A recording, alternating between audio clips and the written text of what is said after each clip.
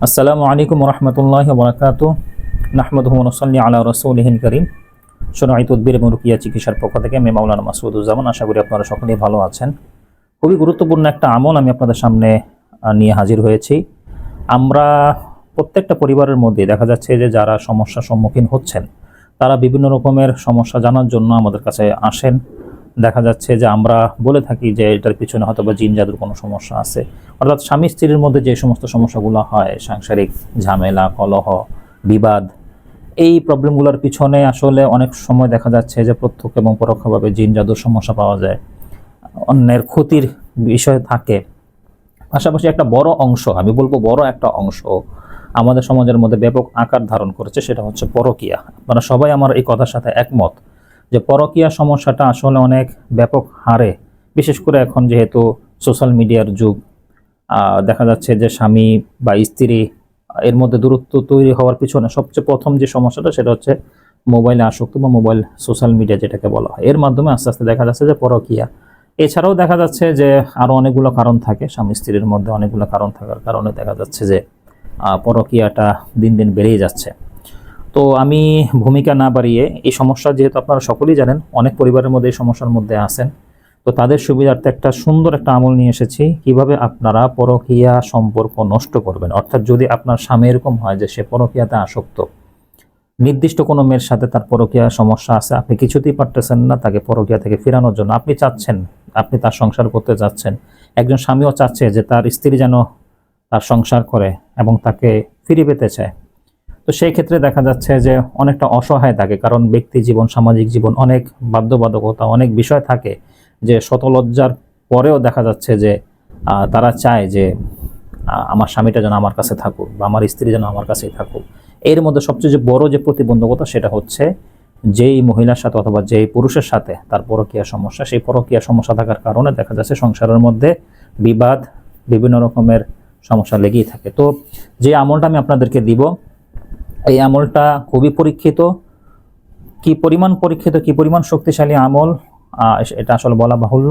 তবে আমলের প্রধানত শর্ত হচ্ছে অবশ্যই আসলে কোরআনকে সহি শুদ্ধভাবে পড়া। কোনো আয়াতকে আপনারা যদি অশুদ্ধ ভাষায় পড়েন, অশুদ্ধভাবে যদি পড়েন, সেই ক্ষেত্রে আমলের কাজ না হলে আমার ব্যক্তিগতভাবে কোনো কিছু করা থাকবে না। আর আরেকটা বিষয় আমাদের মনে রাখা উচিত, যেহেতু আমরা কোরআনের আমল আমরা দিয়ে থাকি, সেটা সমসাময়িক মোহাব্বতের তদবির হোক বা শত্রু দমনের তদবির হোক বা পরকীয়া তদবির হোক, এখন যে তদবিরটা দেব সেটা পাশাপাশি শত্রু দমনের জন্যও কাজ করবে, পাশাপাশি পরকীয়া থেকে মুক্তি লাভের জন্য এটা কাজ করবে ইনশাআল্লাহ। তবে একটা জিনিস আবারও বলছি, মনে রাখতে হবে, সেটা হচ্ছে মহান আল্লাহ তাআলার ফয়সালার উপরে সর্বপ্রথম আমাদের সন্তুষ্ট থাকতে হবে। আমি বিষয়টা এমন না যে আমি আপনাদেরকে গ্যারান্টি দিয়ে বলবো যে 100% গ্যারান্টি এটা কাজ হবেই হবে, কারণ এই গ্যারান্টি দেওয়ার মালিক একমাত্র আল্লাহ তাআলা। অবশ্যই আল্লাহ তাআলার ফয়সালার উপর আমাদের সন্তুষ্ট থাকতে হবে। আপনি যত বড়ই আল্লাহওয়ালা বুজুর্গ হন না কেন, অলি আব্দুল গাউস কুতুব, যত কিছুই হোক না কেন, আপনি যদি মুস্তাজাবুত দাওয়াতও হয়ে যান, অর্থাৎ আপনি যা দোয়া করবেন তাই কবুল হয়ে যাবে, এরকম ক্ষমতার অধিকারীও যদি আপনি হয়ে যান, তার মানেও এই নয় যে আপনি গ্যারান্টি দিয়ে বলবেন যে আপনার এটা কাজ হবেই হবে। উদাহরণস্বরূপ যদি আমি আপনাকে বলি যে ধরেন আপনি যেই দোয়া করবেন সেই দোয়া আল্লাহ তাআলা কবুল করে নিবে। এখন যদি বিষয়টা এরকম থাকে যে এটা আল্লাহ তাআলার ফয়সালা, অর্থাৎ আসমান জমিনের দিকে ধাবিত হবে, অর্থাৎ জমিন আসমানের দিকে উঠানো হবে এবং আসমান জমিনের দিকে নামানো হবে। এটা কখন হবে? এটা কিয়ামতের সময় হবে, যখন আল্লাহ তাআলা দুনিয়া ধ্বংস করে দিবে। এখন যদি আপনি দোয়া করেন যে হে আল্লাহ আরহামুর রাহিমিন, আপনি আমার দোয়া কবুল করেন, আমি চাচ্ছি গোটা জমিন আসমানে উঠে যাক, তাহলে কি এই দোয়া কি কবুল হবে? বরং এই দোয়া করাই তো আপনার জন্য গুনাহ, বা এই দোয়া করাই তো আপনার জন্য উচিত না। আমি উদাহরণস্বরূপ বলছি, কারো ব্যক্তিগতভাবে যদি তার চারিত্রিক কোনো সমস্যা থাকে, আর তার হেদায়েতের মালিক একমাত্র আল্লাহ তাআলা, অবশ্যই এটা আপনাকে মানতে হবে। যদি ফয়সালা আল্লাহ তাআলার পক্ষ থেকে নির্ধারিত হয়ে থাকে যে এটার উপর আল্লাহ তাআলা মোহর মেরে দিয়েছেন, আমার মূল কথার উদ্দেশ্য হচ্ছে যে মোহর মেরে যদি দিয়ে থাকেন, তাহলে সেই ক্ষেত্রে আসলে আমাদের ব্যক্তিগতভাবে কোনো আমলই কাজ হয় না। কারণ আমরা সর্বোচ্চ যে ওসিলা সেটা হচ্ছে পবিত্র কালামুল্লাহ, কারণ এটা যেহেতু একটা জাতি সিফাত, কোনো মাখলুক না। আল্লাহ তাআলার সর্বোচ্চ ওসিলা হিসেবে আমরা পবিত্র কালামুল্লাহ, স্বয়ং আল্লাহ তাআলার কালামকে আমরা ব্যবহার করব ইনশাআল্লাহ তাআলা। আল্লাহ তাআলা যদি চায় আপনার এই তদবির, আপনার এই দোয়ার বরকতে, যেহেতু আপনি একটা দোয়া করতেছেন, এই দোয়ার বরকতে আল্লাহ তাআলা হয়তোবা আপনি এই সমস্যা থেকে পরিত্রাণ পেতে পারেন। কাজেই আমি আর কথা না বাড়িয়ে আমি আমলের দিকে চলে যাচ্ছি।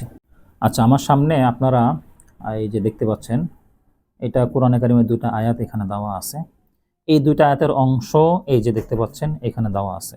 শুরুতে বলে রাখে, এটা হচ্ছে সূরাতুস সাবার 7 নম্বর আয়াত। وقال الذين كفروا هل ندلكم على رجل ينبئكم إذا مزقتم كل ممزق إنكم لفي خلق جديد।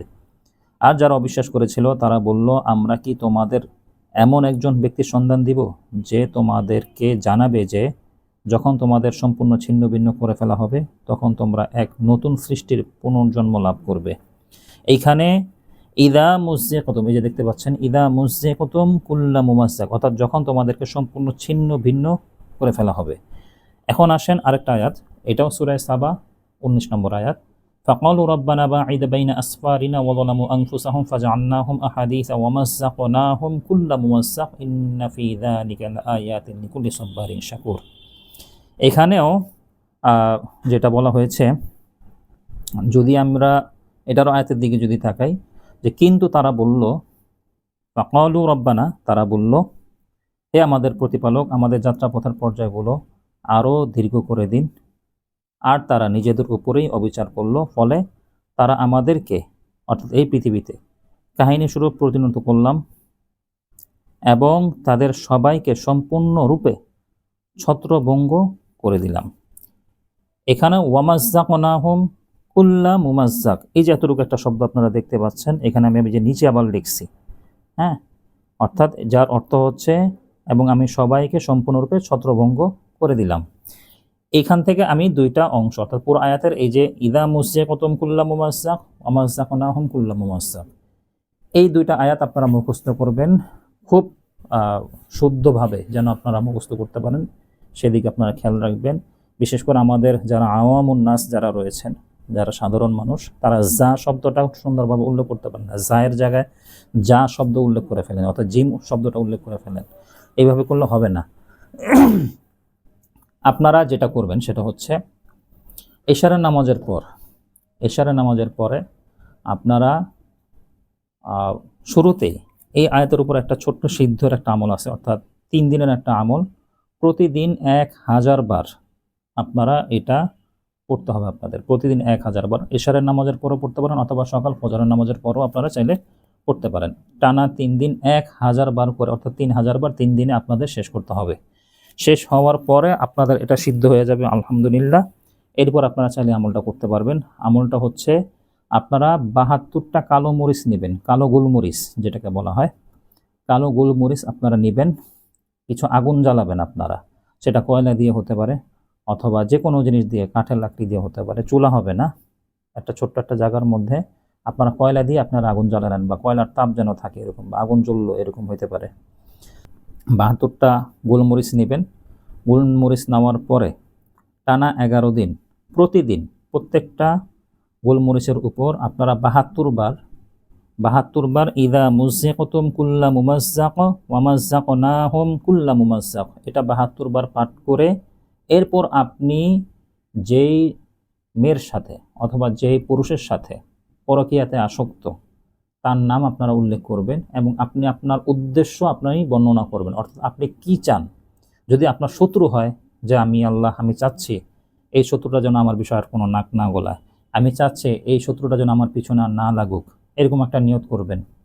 হ্যাঁ, অথবা আপনি যদি দেখেন যে আপনার স্বামী বা আপনার স্ত্রী পরকীয়াতে আসক্ত, আপনি চাচ্ছেন তাদের মধ্যে একটা অবৈধ সম্পর্ক, এই যে অবৈধ সম্পর্কটা রয়েছে এটা আপনি বিচ্ছেদ করতে চাচ্ছেন, তো এই বিচ্ছেদের জন্য আপনারা সে উদ্দেশ্যকে বর্ণনা করবেন নাম উল্লেখ করে, আমার স্বামী অমুক, আমি চাচ্ছি অমুকের সাথে তার সম্পর্ক যেন বিচ্ছেদ হয়। আপনারা এই উদ্দেশ্যটা আপনারা বলবেন, বলে এই গোলমরিচের মধ্যে আপনারা ফু দিবেন। ফু দেওয়ার পরে একটা গোলমরিচের মধ্যে আপনারা ফু দিলেন, একটা গোলমরিচের উপর ফু দিয়ে আপনারা আগুনের মধ্যে নিক্ষেপ করলেন। নিক্ষেপ করার পর আবার আরেকটা নেবেন, আরেকটা নিয়ে আবার সেই 72 বার আপনারা ইদা মুজ্জিকুতুম কুল্লা মুমাজ্জাক ওয়া মাজ্জাকনাহুম কুল্লা মুমাজ্জাক 72 বার পাঠ করবেন। পাঠ করে একই কথা, অর্থাৎ একই উদ্দেশ্যের কথা আবার বলবেন, বলে আবার আরেকটা আপনারা ফেলবেন। এইভাবে প্রত্যেকটা গোলমরিচের উপর 72 বার করে পড়বেন। এইভাবে 72টা গোলমরিচ আপনারা আগুনের মধ্যে নিক্ষেপ করবেন।